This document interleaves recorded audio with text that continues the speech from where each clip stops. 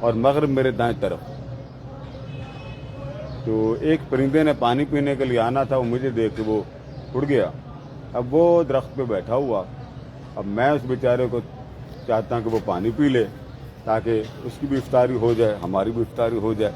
آپ نے دیکھنا ہو تو یہ دیکھ لیجیے، سامنے اوپر درخت پہ بیٹھا ہے۔ اب یہ دیکھے منہ کی طرح کر کے بیٹھا ہوا۔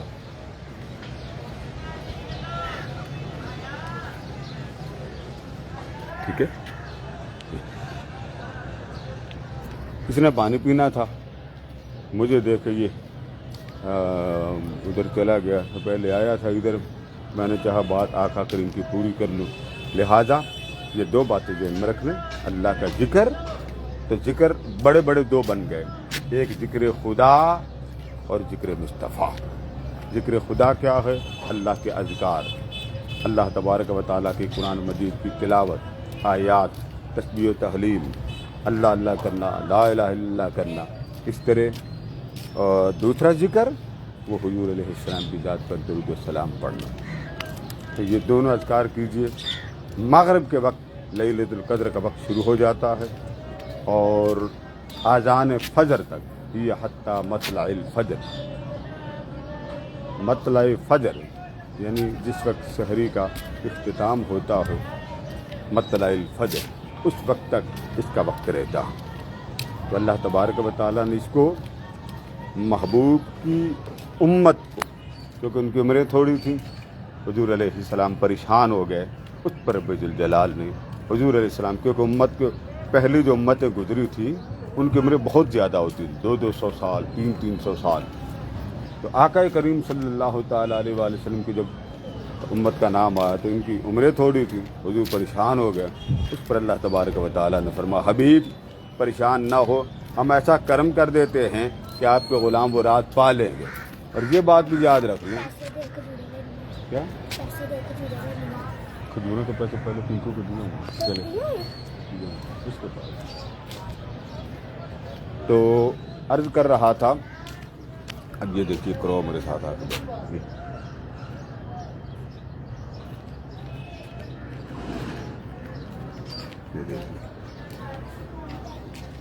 یہ ایک بات یاد رکھ لیں، اولیاء فرماتے ہیں کہ پرندوں سے بھی آپ دعا لیا کریں۔ یہ دیکھیں،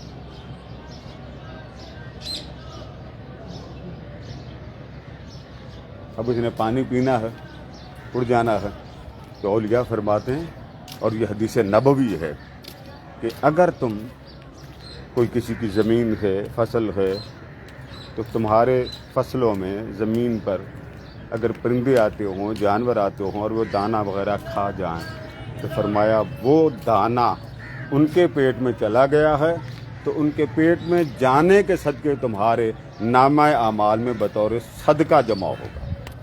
لہذا اپنی چھتوں پہ پانی کا، دانے کا، گرمی کا موسم آ رہا ہے، ان پرندوں کی بھی خدمت کیجیے اور یقین کیجیے اس پر اللہ پاک آپ کو اجر دے گا۔ وما من دابۃ فی الارض الا علی اللہ رزقها۔ اب آپ دیکھیں یہ پرندہ میرے سامنے بیٹھا ہے، اس کو غور، میں آپ سے بات کر رہا ہوں اور یہ کھانا کھا رہا ہے۔ اب یہ تھوڑا سا تکڑا ہو گیا کہ مجھے کو مارے نہ۔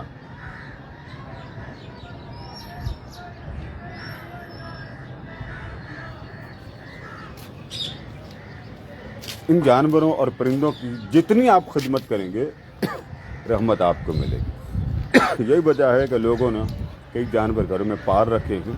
تو آقا کریم نے جب یہ بات بیان فرمائی تو صحابہ کرام نے پوچھا، آقا ان پرندوں کو بھی کچھ خدمت کرنے یا کھلانے پلانے کا اجر؟ فرمایا ہاں، ان پرندوں کو جب تم کھلاؤ گے پلاؤ گے تمہارے نام اعمال میں صدقہ کا اجر ہوگا۔ مغرب کا وقت قریب ہوا چاہتا ہے، افطاری قریب ہو رہی ہے، میری ساری دعائیں حضور کے غلاموں کے نام، اللہ آپ کو آفات و حادثات و بلیجات سے بچائے، ذلت خوف وحشت سے بچائے، اعتکاف قبول فرمائے۔ رمضان کی خدمت میری بیٹیوں نے، سب سے زیادہ خدمت میری بیٹیوں نے کی ہے، میری ماں، بہن، بیٹی، انہوں نے سب سے زیادہ مردوں کی خدمت کی۔ ہمارے مرد کیا، ان کو مردوں کو کہا جائے جو حضور کی محفل میں بھی نہیں آتے ہیں، پنجابی میں کہتے ہیں نکٹھو، لہٰذا ان کو میں نہیں کہنا چاہتا، اگر تو میں نے کہہ دیا تو ان کو نہیں کہتا۔ وہ بڑے شریف انسان ہیں، بڑے چودھری ہیں، بڑے پہلوان ہیں، مگر حضور کے میلاد میں نہیں آئے گے۔ اس لیے میں اپنی بیٹیوں سے کہتا ہوں کہ ان کی تھوڑی سی خاطر تواضع ایسے بھی کریں کہ جب حضور کا میلاد آ جائے تو ان کو گھر سے نکالیں، چل حضور کی محفل میں، اور حضور کی محفل کی باتیں سنو اور ہمیں آ کے سناؤ کہ حضور کی باتیں وہاں میلاد والوں نے کیا سنائی ہیں۔ کہ اللہ پاک آپ کی عبادت قبول کرے اور آپ کا ختم قرآن قبول کرے۔ جو دعا مجھے آپ نے بیان کی ہے وہ انشاءاللہ ختم قرآن مجید میں کر دی جائے گی۔ السلام علیکم ورحمۃ اللہ وبرکاتہ۔